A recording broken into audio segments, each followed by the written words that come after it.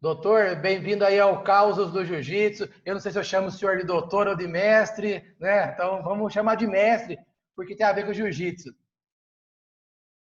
Boa noite, Ragazine. Boa noite a todos que estão ouvindo.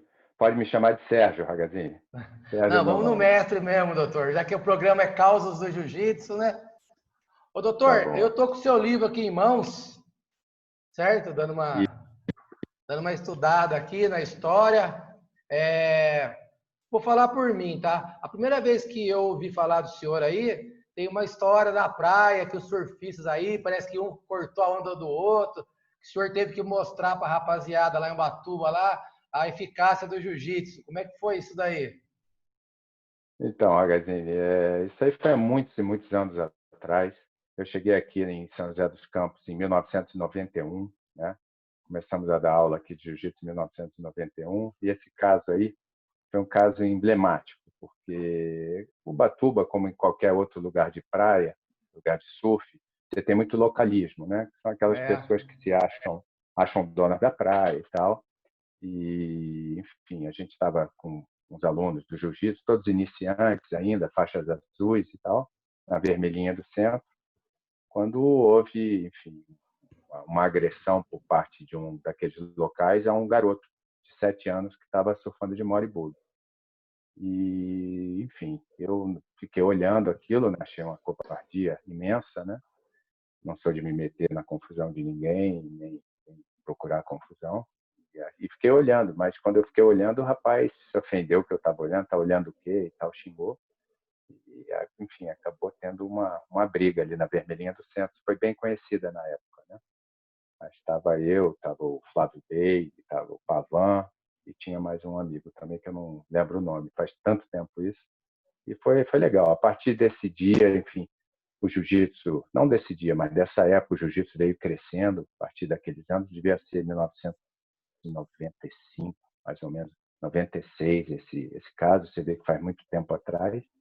E a partir disso, a Vermelhinha do Centro, muita gente do jiu-jitsu frequentando e tal, e acabou essa coisa dessa violência dos locais, né, de Ubatuba, que agrediam as pessoas de fora, queriam evitar que as pessoas surfassem naqueles locais que eles achavam, entendiam que somente eles poderiam surfar, e acabou mais ou menos por aí. Mas foi tudo depois resolvido e voltou a paz que devia bom, reinar. bom, bom para todos, né, doutor? Bom para todos, Gagadinho, Vou claro, falar para o claro. senhor. No livro do o senhor fala que o Hillion. O senhor é faixa preta do mestre Oswaldo Alves, né? Lá no Rio de Janeiro, o senhor veio para cá. Até um tempo atrás, eu tinha uma revista, da revista Tatame, que a capa, acho que até o Fábio Gurgel, não sei, e dentro tem uma matéria com o mestre Oswaldo Alves, no qual ele fala muito do senhor dentro da revista. Eu É, cheguei a. foi, foi uma, foi uma época gloriosa. Eu comecei a treinar jiu-jitsu com 10, 11 anos de idade. E com 12 anos de idade, eu estava treinando no Reilson Gracie, que era no shopping da Gávea, no Rio de Janeiro. E o Reilson foi um visionário do jiu-jitsu, porque ele fez um monte de coisa que naquela época era um sacrilégio, assim, o judô, no jiu-jitsu. Por exemplo, kimonos de cores diferentes. Então, o Reilson Gracie era um grande lutador da família Gracie, não precisa nem mencionar isso, mas ele era um grande empresário, é um grande empresário, é vivo, né? E eu, com 12 anos, fui treinar lá, e ele tinha alunos que assistiam ele dando aula, que davam aula para ele. Tinha o Gerson Mosquito, Paulo Maurício, e fui aluno deles, né? E tive aulas particulares com ele, com 12 anos de idade, esses kimonos coloridos e tal. Mas lá eram aulas caras, o jiu-jitsu sempre foi um esporte caro no início, e lá pelas tantas meu pai não pôde mais pagar essas aulas com o Reilson Grace. E o Gerson Mosquito, que era o meu professor mesmo, que era assistente do Reilson, falou: olha, eu treino numa academia em Copacabana, que é a academia do mestre Oswaldo. Poxa, vai lá conhecer, já que você, para você não parar de treinar e tal. E eu peguei o ônibus saindo lá de casa para chegar na Academia do Oswaldo, era 1 hora e meia de ônibus, né? Mas a vontade me fez ir para lá. E quando eu cheguei na Academia do Oswaldo, Magazine, foi uma coisa assim que eu não me esqueço até hoje. Isso faz quanto tempo atrás? Eu estou com 57 anos, faço mês que vem, né? 57. Eu tinha 13 anos, 14 anos, enfim, cheguei na academia do Oswaldo, era uma academia muito pequena, um tatame de palha, vi lá aquele senhor sentado, o mestre, né? E uma academia lotada, lotada de grandes pessoas e grandes lutadores. Aquilo foi um deslumbre para mim, né? Eu falei, nossa, é outro mundo. Eu fiquei boquiaberto, eu fiquei admirado. E lá eu conheci pessoas fantásticas, né? Sérgio Penha, Pascoal Duarte, Verdugo, Maurição, Márcio Malvado, Fabrício, enfim, Paulinho e muita gente, até que eu esqueço hoje o nome e outros que eu não estou mencionando, mas muita gente foi um deslumbre. E eu fiquei ali com o mestre Oswaldo. Eu me apaixonei tanto pelo jiu-jitsu, eu sempre fui muito magro, né? Mas eu me apaixonei tanto pelo jiu-jitsu que eu ficava lá, ajudava o mestre Oswaldo a dar aula para a primeira equipe feminina de jiu-jitsu que teve no Brasil, talvez no mundo, né? E ajudei ele a recapear aqueles tatames de palha. Aquilo foi uma honra, foi uma coisa tão boa para mim, me fez muito bem.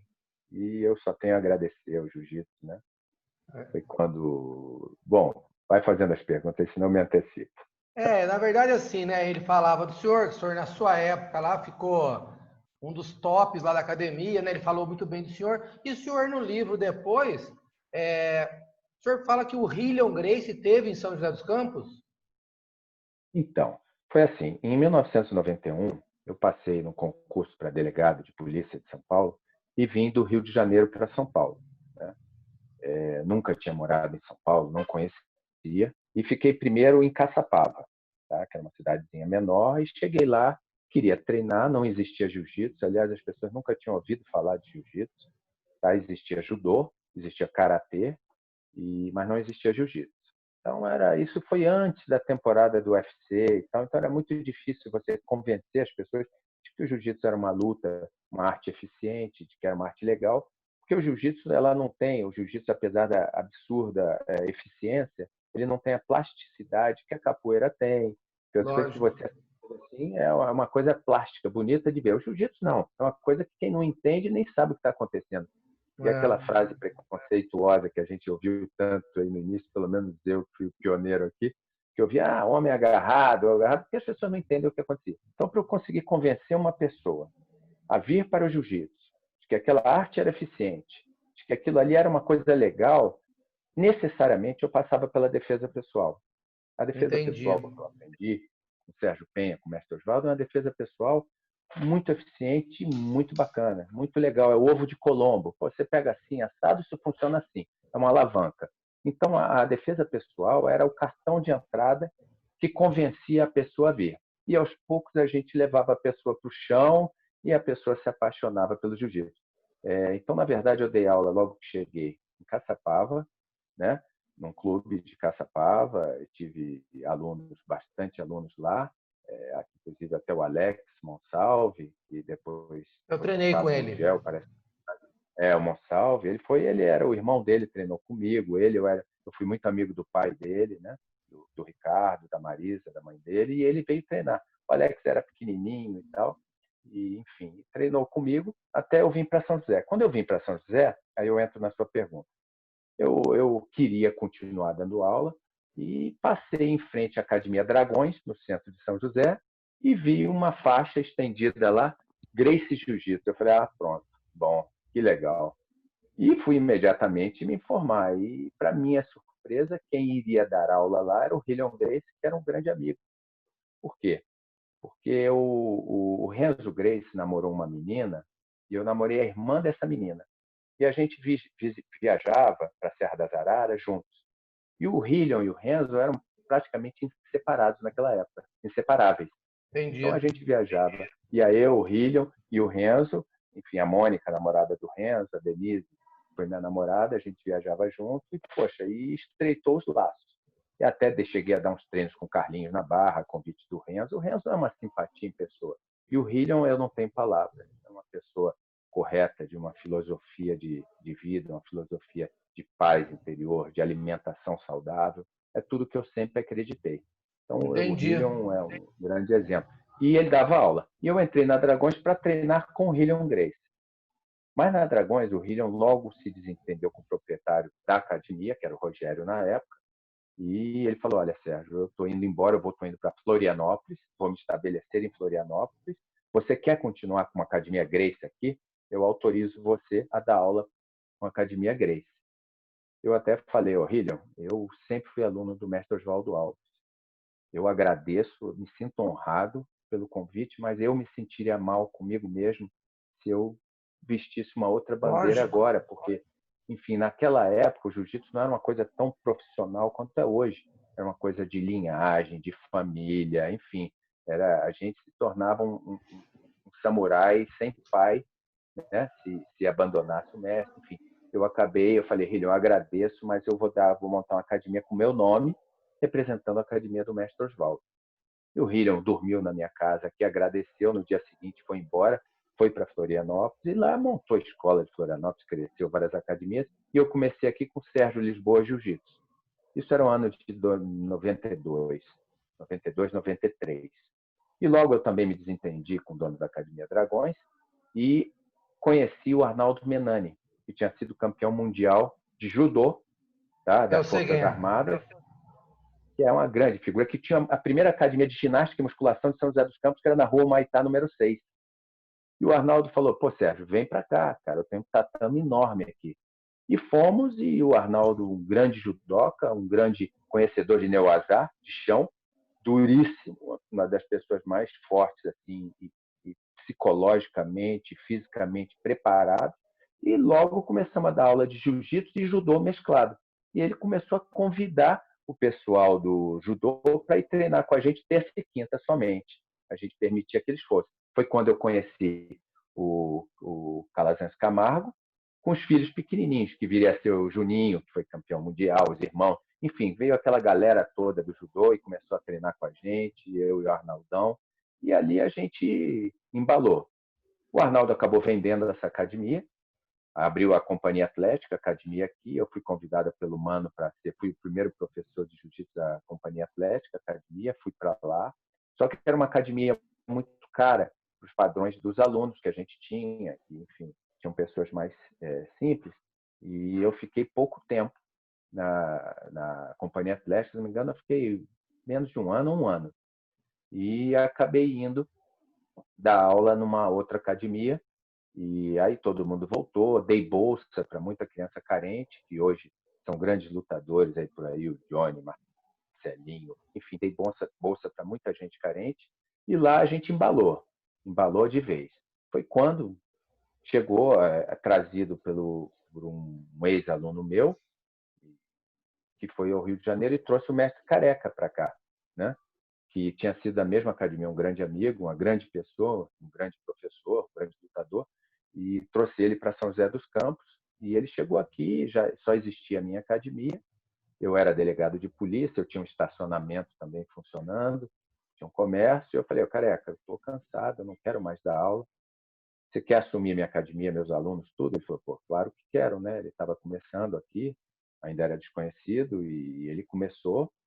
E a gente começou a fazer um trabalho, ele começou, né, a fazer um trabalho, eu treinava, mas ia lá treinar como aluno, como amigo, enfim, me livrei da responsabilidade, que era cansativo, porque eu tirava plantões em São Paulo, em São José, então as aulas nunca eram nos mesmos dias. Eu falava: olha, essa semana a aula vai ser terça, quinta e sexta, na outra aula vai ser segunda, terça e sexta. Então era uma coisa que era uma rotina difícil, às vezes eu tirava plantão noturno, virava à noite, né? No dia seguinte estava cansado, tinha que dar aula, mas mesmo assim, nesses anos todos, sempre, se eu não pudesse ir, estava lá um faixa preta, um graduado puxando aula, e o Careca assumiu.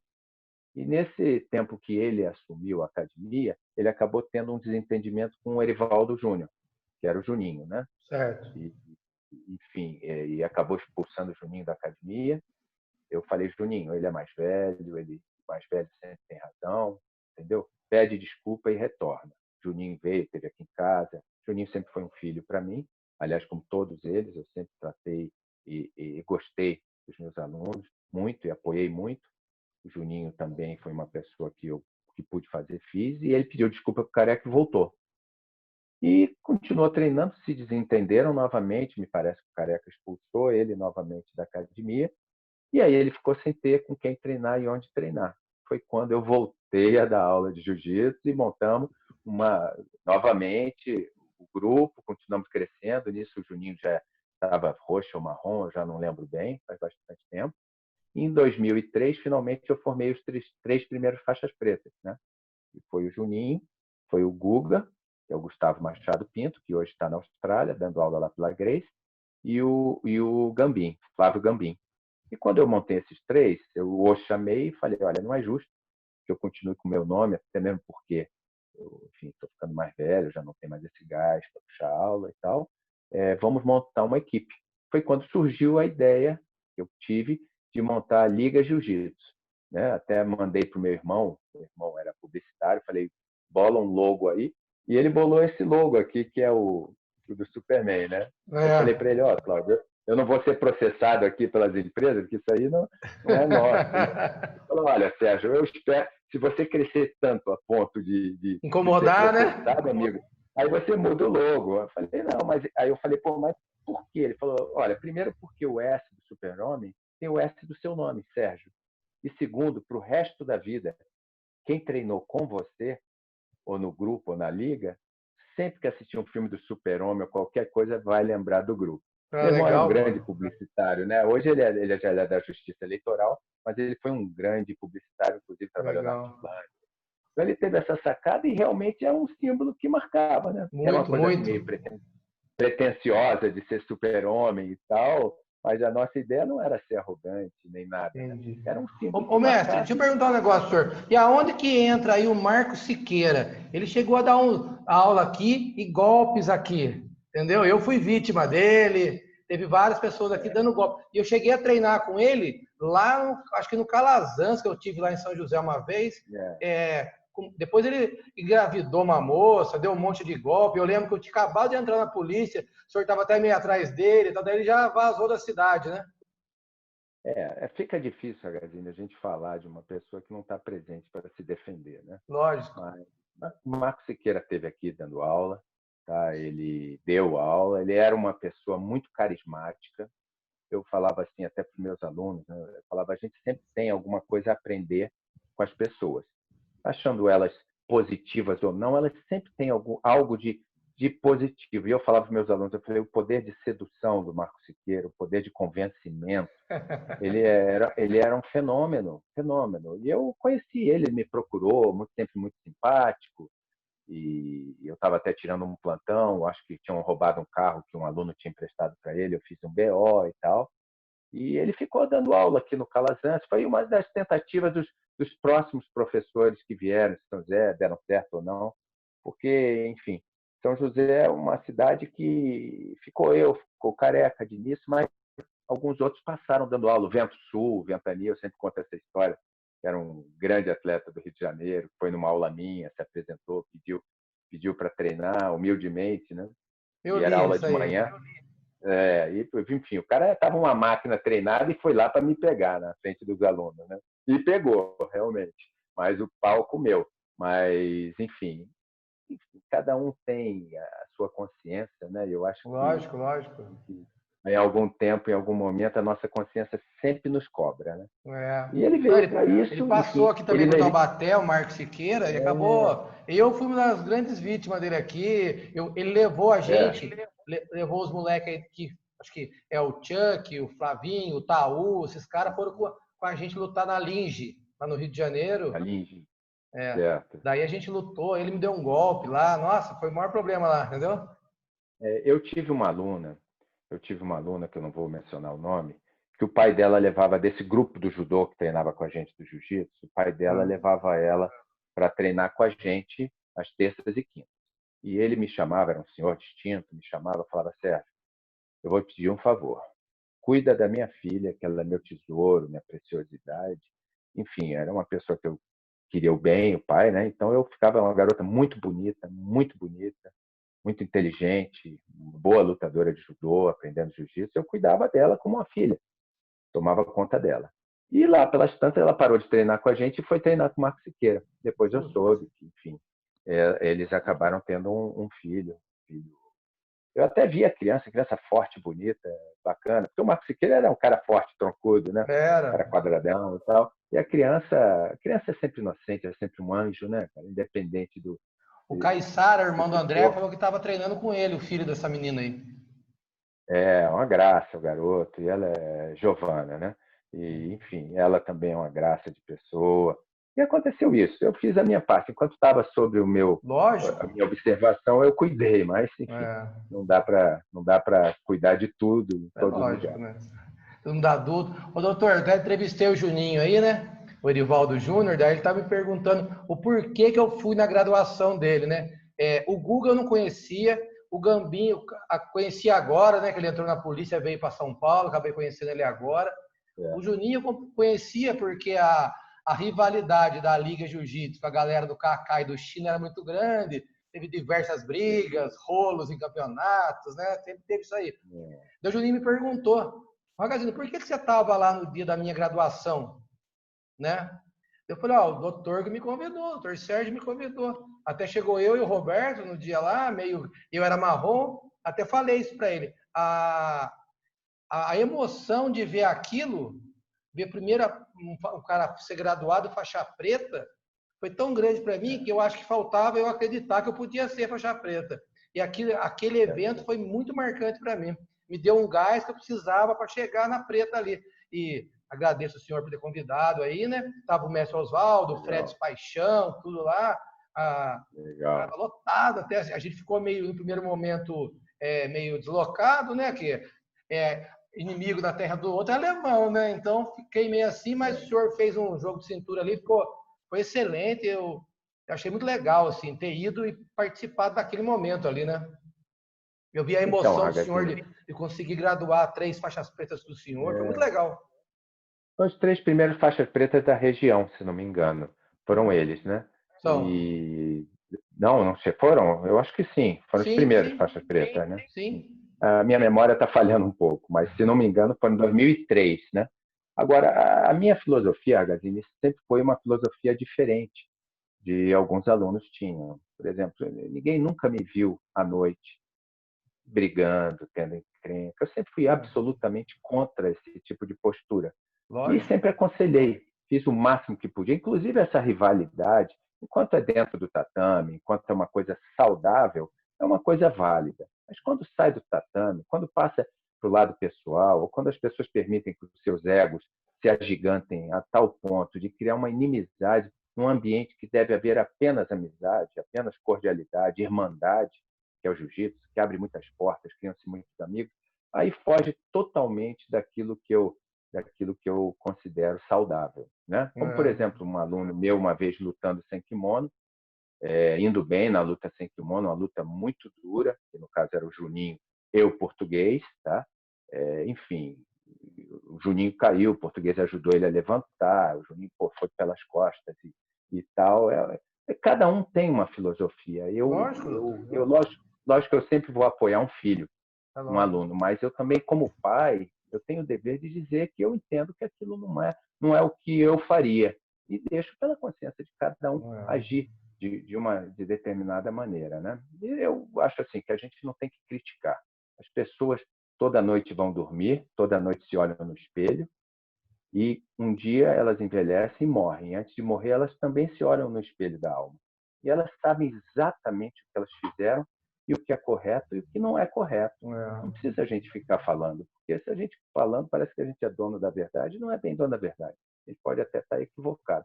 Mas a gente se olha no espelho todo dia para escovar o dente, na é verdade? E Entendi. para dormir. As pessoas sabem exatamente o que fazem Não. corretamente ou não. E a autoimagem é muito importante. Aquilo que a gente pensa de nós mesmos. Uma É. coisa é o que a gente passa para a galera, né? O público, é a publicidade nossa. A outra é a gente se olhando no espelho quando não há plateia. Não há como a gente fugir do que a gente é, na é verdade? Lógico, lógico. Não, isso mesmo, Mas é. jiu-jitsu, é, Concordo com o senhor aí também. Mas é que na época, né, doutor? O senhor, o Peixotinho, o Edmilson Alves, o Carex, foram pegar um negócio meio cru, né? E foram vindo, né? Então, assim, e queira ou não queira, era uma época de rivalidade. Então, extrapolava mesmo a Então, área do tatame, né? Então, assim, um dos causos engraçados foi em 1993 e 94. Eu tenho filmado todas as lutas. Inclusive, eu dei para o Peixotinho aí, o mestre Peixotinho, essa fita. Ele fez a cópia, porque o Peixotinho esteve lá com a gente. Nós tivemos o desafio São José dos Campos, Ubatuba. polêmica, hein, Uma mestre? parte foi muito incrível, porque o Edmilson Alves é uma figura polêmica, boa pessoa. Começou assim, eu em Ubatuba, apareci na academia dele e falei, olha, eu dou aula em São José e tal, não sei o que. Ele falou assim, pô, vem hoje pro treino aí mais tarde e tal, não sei o que. Eu falei, venho sim, legal.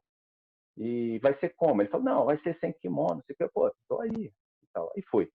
Quando foi umas 6 horas da tarde, 7 horas, eu fui para a academia dele. Cheguei lá, encontrei ele na porta. Se não me engano, o Kaká, o Tinho, tinha mais 2 alunos. Eu falei, ué, e a galera da aula? Não, não vai ter aula, não, vai ser só treino. E com uma filmadora na mão. Eu estou criado no Rio de Janeiro, em Copacabana. Né? Eu falei, esses caras. Eu falei, beleza, vamos embora. E animei, já fui tirando de sunga. Eu falei, esses caras estão querendo filmar, acho que vão crescer. Né? E fui para lá. Né? E como não arredei o pé e tal, eles falaram, não, a gente queria que você mostrasse umas posições e tal, e filmaram. Aí, enfim, ninguém rolou com ninguém, eles não quiseram rolar e fizeram uma filmagem de umas posições sem kimono que eu tinha. Nessa época, eu já era faixa preta terceiro grau pela CBJJ. Não existia IBJJF. O mestre Oswaldo tinha me dado o diploma, tá? Da CBJJ, do Carlinhos, e eu já era terceiro grau. E eu lembro que o Edmilson Alves era faixa preta sem nenhum grau nessa época, né? E ele dava aula. E a gente, enfim, conheceu e lá pelas tantas ele propôs que a gente fizesse um desafio, São José dos Campos do Ubatuba. Eu falei, olha, meus alunos são muito iniciais, eu não tenho tanto aluno assim. Ele falou, não, vamos embora, não sei o que e tal. Aí eu conversando com o Peixotinho, falei, Peixotinho, cara, eu não tenho aluno para fechar nessas categorias. Você tem algum aluno aí para fechar? Fazer um evento bacana e tal? O Peixotinho tem sim. Enfim, desceu eu e o Peixotinho, os nossos alunos, e chegamos lá, estava a turma do. Era aquela turma toda antiga lá do Edmilson Alves, que era o Kaká, o Tinho, enfim, Tava o desculpa. China, o Oziel, o Éder, né? É verdade. E estava também, sabe quem que estava? O Alex Monsalve. Eles chamam de Alex, sei lá o que é Alex, É. né? O nome dele é Alex Monsalve, né? E, enfim, e foi um negócio, foi um desafio, lutas casadas, que a gente ganhou, acho que não acredito, a maior parte das lutas, tem Foi gravado. 8-4 pro senhor. 8-4, né? E lá pelas tantas, o Alex Monsalvo, que tinha sido meu aluno, lutou com um aluno meu aqui, que chamava-se Luciano Vale.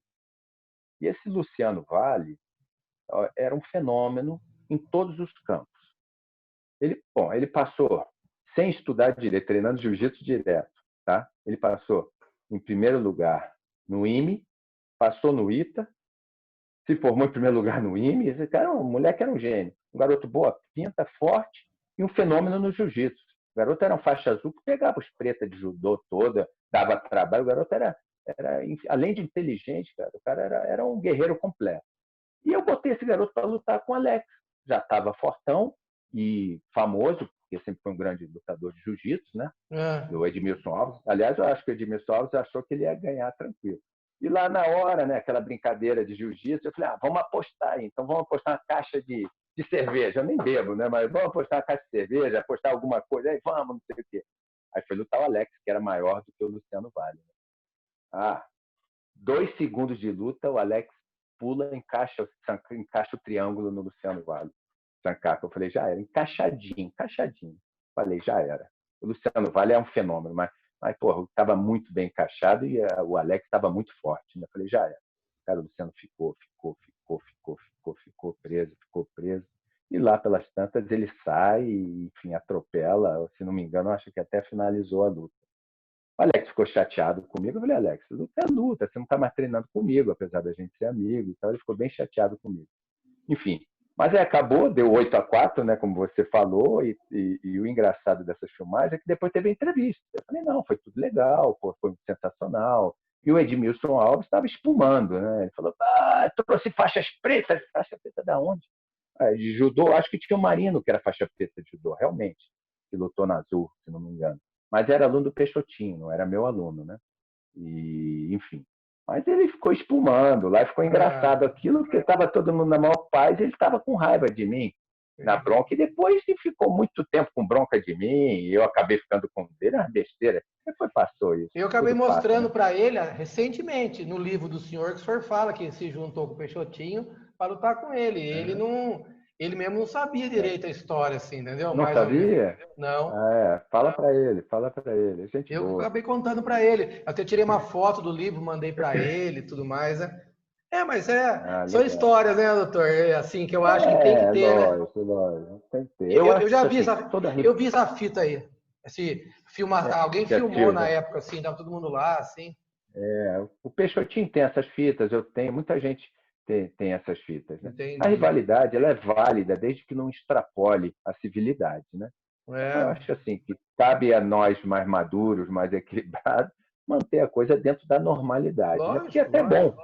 é até bom, o Juninho sempre falava isso, e eu dava razão a ele, a rivalidade dá sangue nos olhos, vontade Lógico. de competir, Ô, de doutor, ganhar, nós né? aqui do Cacá e China, quando tinha evento, a gente treinava para ganhar dos caras da liga. Não tinha essa conversa. O treino era esse, né? Lógico, claro, Eu tive uma claro, rivalidade com focar. o Cristiano Alemão por muito tempo, né? Eu e ele Aham, só, é. só tomei Cristiano é pau. bonzinho, bonzinho. Recentemente o Cristiano foi desafiado. Eu não estou ouvindo sua voz, fala aí para ver se está. Tá escutando? Tô. Recentemente o alemão treinando, já está velhão e tal, eu, menos que eu, mas já velho. E foi desafiado por um faixa preta lá de Ubatuba, que postou vídeo em tudo que é, que é grupo social, cara desafiando o alemão, e o alemão acabou ganhando. Entrou num tomou e bonito lá, dava para ter arremessado, não arremessou, enfim, acabou ganhando a luta. Cristiano é guerreiro, é lutador Não, muito alemão. duro. Doutor, eu estava na minha melhor fase, eu perdi para ele 2 vezes, entendeu? É duro. E o cara é atleta, né? Cara, atleta, cabeça Entendeu? muito afiada. Eu, Tá lá no Catar agora. então, eu tive com ele em Ubatuba muito tempo atrás, ele tava com a minha família no quiosque, ele chegou, deixou as bikes ali, foi ele e a filha dele nadar, depois ficamos no quiosque, nós dois conversando a tarde inteira em Ubatuba. E, Vou para assim, é o que Ubatuba, você me falou, a procura rivalidade lá, lá pô. atrás, hoje é amizade, né? Bater um papo, né? Lógico, lógico, Eu lógico. mesmo, aquele campeonato que teve a etapa da FESP, aí em São José, foi um dia sem kimono e um dia de kimono no ETEP. Certo, Daí, assim, eu tava na mesma chave que o Juninho da Liga, entendeu? O entendi. Erivaldo. Daí até brinquei que eu falei, Juninho, a gente se vê na final. Daí eu ganhei 2, na terceira eu perdi para aquele Tarsis, que era da Aliança. E o Juninho fez a Entendi. final com o Grande Tarsis, atleta. ganhou do Tarsis, entendeu? Quem que Até fez com o assim, Tarso? Fez a final? Quem o que fez? Tarsis Você fez com o falou? Juninho ganhou dele. Ah, o Juninho ganhou. O Juninho foi um grande Eu atleta, né? perdi É na um grande terceira atleta. luta pro Tarsis. Daí era a semifinal. O Tarsis subiu, o Juninho veio do outro lado e fez a final com o Tarsis e ganhou. Momentos de glória, né? A vitória do Lógico, Juninho sobre o doutor, lógico. Marcelinho Garcia na chave de pé, pô, também Então, deu Juninho muito orgulho. ganhou, entendeu? Fera brava mesmo, os caras. Era muito legal. Eu acho que essa rivalidade fez muita, assim, foi Crescer, né? sadia no sentido de subir o nível do jiu-jitsu, né? Na região, que eu acho, Entendi, assim, né? entendi. Até nesse campeonato aí sem kimono, né? O Castrinho ficou É. torcendo por mim. E no meu canto Aham, de técnico era o China. E tem uma hora que eu China. dou uma guilhotina no cara, e o Castrinho falou, pega a guilhotina, eu catei a guilhotina. Quando acabou, eu ganhei a luta, tal, não sei o que, daí ia passei. O China brigou tanto comigo por causa do Castrinho, você tá ouvindo o cara, não tá ouvindo eu? Eu falei, pô, China, mas que na hora eu enxerguei a guilhotina. Cara, fiquei brigado com o Entendi. China um tempão por causa do Castrinho, assim, entendeu? Que eu falei, um torcendo pelo outro, né? O China é uma grande pessoa, faz falta, hein? Com Faz falta o certeza. China entre nós, né? É isso É. aí, né, Agazinho? O tempo vai passando. Eu já vou fazer 57 anos, tenho prótese de quadril, enfim, não dou mais aula, mas estou sempre ligado, estou acompanhando, torcendo por todo mundo. Eu vejo o senhor Eu aí gosto. na. Eu vou falar 2 coisas aqui pro senhor. Lembro uma vez que o senhor pegou meio mal comigo assim na polícia lá, que eu tinha acabado de formar o Garra. Eu trouxe o Kaká para dar aula no Garra. Nossa, o senhor ficou bravo pra caramba, né? Não lembro disso, não, O sério. senhor ficou Mas meio. eu tava no Garra ainda? Não, já tinha Você estava saído, no né? quinto DP, eu acho, e eu trouxe Ah, no logo quinto. que formou o Garra na gestão do Dr. É, Roberto Monteiro.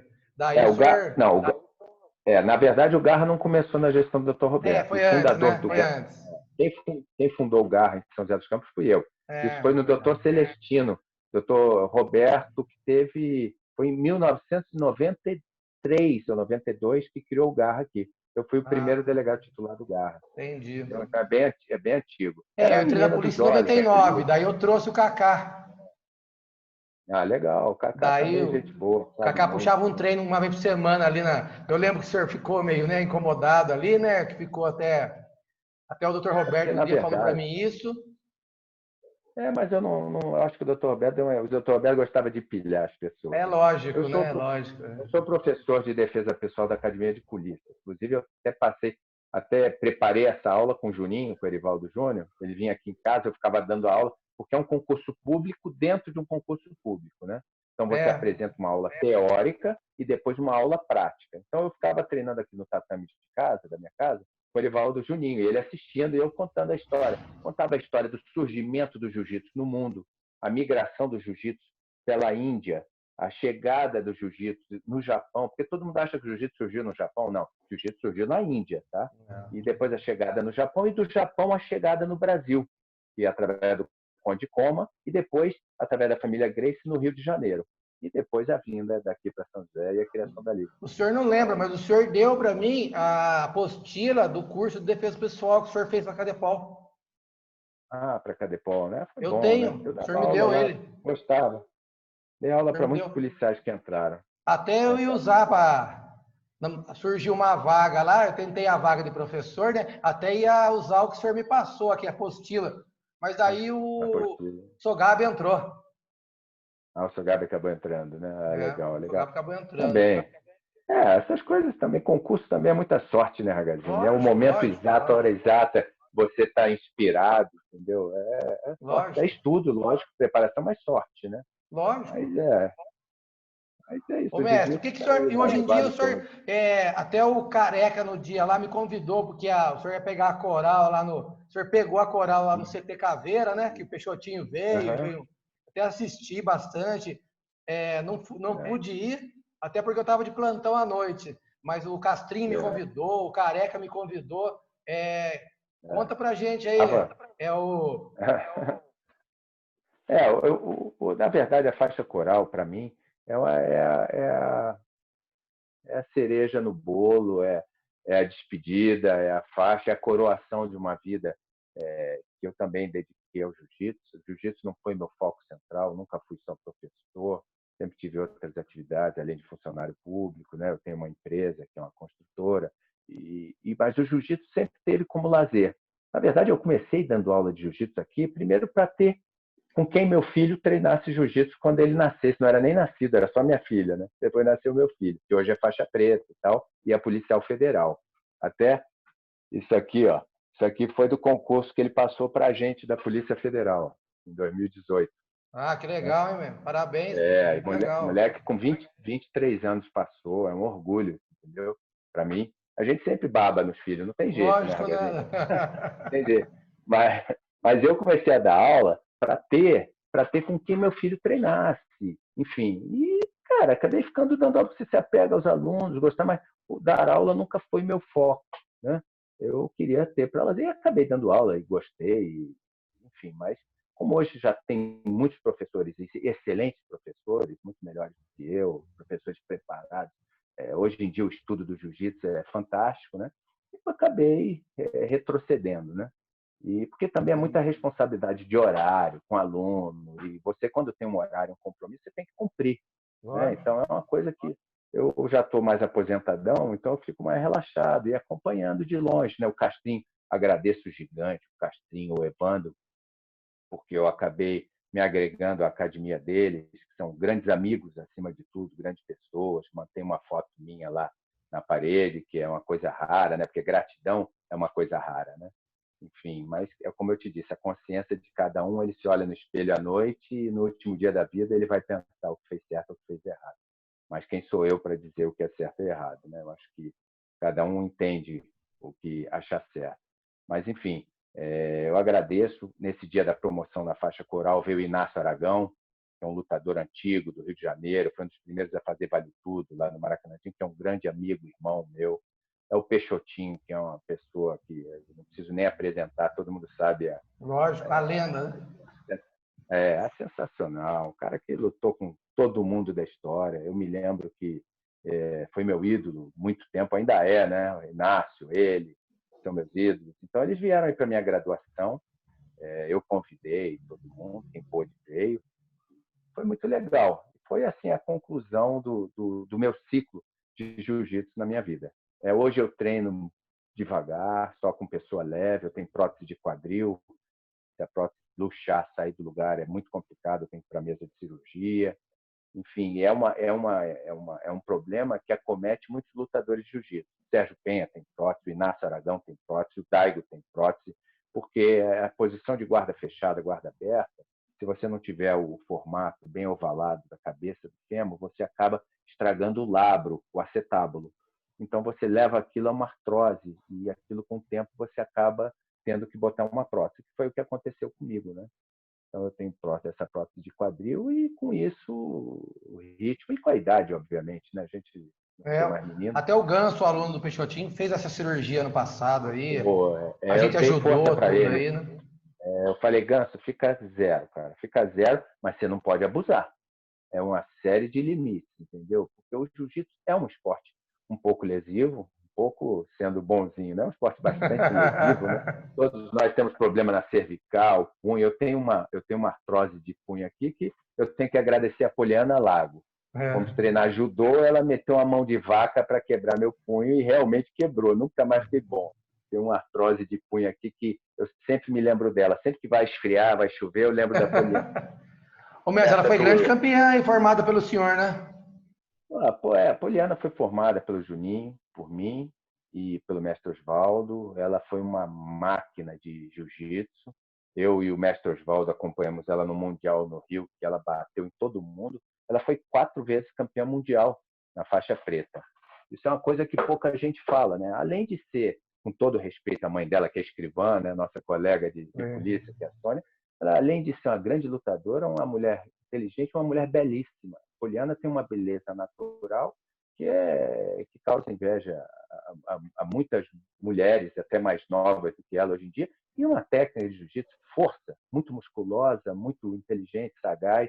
Hoje ela está em Abu Dhabi, casada, dá aula lá. Tem muita gente fora do país que está muito bem com o jiu-jitsu. Isso alegra a gente, sabe? Porque o Muito jiu-jitsu legal, pô. que eu trouxe para São José, para o litoral, serviu de profissão para muita gente. Com Ganham em dólar, certeza. ganham bem, moram lá. Só de ex-alunos, ou alunos da Liga, ou alunos que passaram para a gente, deve ter mais de 30 lá fora. E outra coisa, ganhando bem, vivendo bem. Então, o jiu-jitsu melhorou e abriu a porta para muita gente. Isso é bom, porque o Brasil é difícil. A gente sabe que o Brasil não é fácil, né? Lógico que não mesmo. O Brasil você tem que matar 2 leões por dia. Um só não basta. Matar um só, você vai ficando para trás. 2 por dia, mais escalar uma girafa, mais isso, aquilo. O Brasil é um país complicado. A gente vê crise política agora, problemas políticos, essa pandemia que ninguém esperava, né? Infelizmente, Ô, mestre, muitas vidas o são que o perdidas. senhor fez para... Eu estou fazendo um documentário, né, que está a ascensão do jiu-jitsu no Vale do Paraíba. Então, eu juntei com um historiador amigo meu, o Brunão aqui do Dojo TV, o Felipe, que é faixa preta do Careca, que tem uma produtora. A gente está montando esse documentário. O senhor faz parte, né, que é um dos pilares aí do jiu-jitsu, mas eu me inspirei muito no livro do senhor. O que o senhor... Foi muito legal. Me inspirei no livro. Falei, vou fazer um. Eu fiz um vídeo no YouTube falando de Taubaté, e agora a gente juntou. Falei, vamos fazer do. O que inspirou o senhor para fazer o livro? Então, eu, quando ganhei o meu 6º grau, mestre Osvaldo veio para cá, estávamos todos juntos, unidos. Eu sempre disse em todas as nossas promoções que a maior dificuldade, não só do jiu-jitsu, mas qualquer esporte, qualquer coisa no mundo, é conseguir manter as pessoas unidas. Por quê? Porque quando os egos se agigantam, a pessoa se torna professor, faixa preta, enfim, quando começa a haver muito ego, acaba acontecendo as brigas e acaba acontecendo as separações. Então, eu sempre bati nessa tecla. Nosso desafio maior vai ser manter unido, vai ser manter unido, vai ser manter unido, vai ser sempre repetir isso. E o mestre Osvaldo veio, me deu o 6º grau, que está aí no livro, né? E estava o Guga, o Gambinho, o Juninho, o Fabrício, são milhares de centenas de faixas pretas formadas pela gente, convidamos todo mundo, e foi uma super festa aqui no condomínio Colinas, né, no salão, em que nós homenageamos alguns que já se foram, partiram, como o Leonardo Mizumoto, que foi um grande lutador, teve leucemia, sofreu pra caramba, 7 anos sofridos e acabou falecendo. É o que o senhor fala no livro, né? Póstuma, falo no livro. E esse livro, na verdade, foram passagens assim muito personalíssimas minha. Ela é a história do jiu-jitsu, é o jiu-jitsu no Vale, a criação da liga, mas muito do sentimento pessoal que eu tenho com relação à vida, às pessoas e ao jiu-jitsu, né? Tanto que eu termino com esse poema aqui, que é até um faixa preta do Oswaldo, que é bastante conhecido, chama-se Luiz Fux, que é ministro do Supremo Tribunal Federal. E esse poema o Fux sempre recitava para a gente, ele é 10 anos mais velho do que eu, e ele sempre falava desse poema para a gente nos fins das aulas, né? E ficou na minha cabeça, que é o poema de Gonçalves Dias, que é a Canção do Tamoio. Vale a pena ler. Já isso aí. Porque a história é muito bonita, a história de um pai índio, de um filho, grandes guerreiros na época dos Tupinambás, Tupiniquins, eles se matavam e se devoravam entre si, eram canibais, tá? E o pai e o filho foram aprisionados, seriam mortos e devorados. E estão lá amarrados e o filho começa a chorar. Essa é a história desse poema. E o pai vira para o filho e fala: meu filho, não chore, que a vida é renhida, viver é lutar, que aos fracos aos bate, aos fracos, deixa eu até esquecer aqui o refrão, que é bonito, ele fala: não chores, meu filho, não chores, que a vida é luta renhida, difícil. Viver é lutar. A vida é combate, que os fracos abate, que os fortes, os bravos, só pode exaltar. O pai chama a atenção do filho porque ele estava chorando diante da morte. Não chore, nós matamos quantos? Quantos tremiam só de ouvir a nossa proximidade, as flechas no ar, os tacapes, as guerras. Nós fomos terror de muitos. Só que agora somos prisioneiros. É preciso saber morrer com dignidade também. Esse poema ele arrepia, porque ele fala tudo aquilo que eu sempre acreditei dentro da filosofia das artes marciais, que é a hombridade, é a honra, é a humildade, é a paz quando necessária e a luta quando necessária, sabe? Então eu acabei botando no fim desse livro esse poema. Falei aqui da passagem que os faixas pretas, para pegar a primeira faixa preta, tinham que voar de parapente comigo, né? Legal isso aí. Eu queria ver a coragem deles. Os caras eram todos bravos, tinha que ter coragem de voar, né? E eu, como estava ainda inexperiente, tinha que ter muita coragem. O Juninho voou, Juninho deu até uma pane voando. Eu falei: agora que nós vamos morrer, Juninho. Juninho nem aí, corajoso.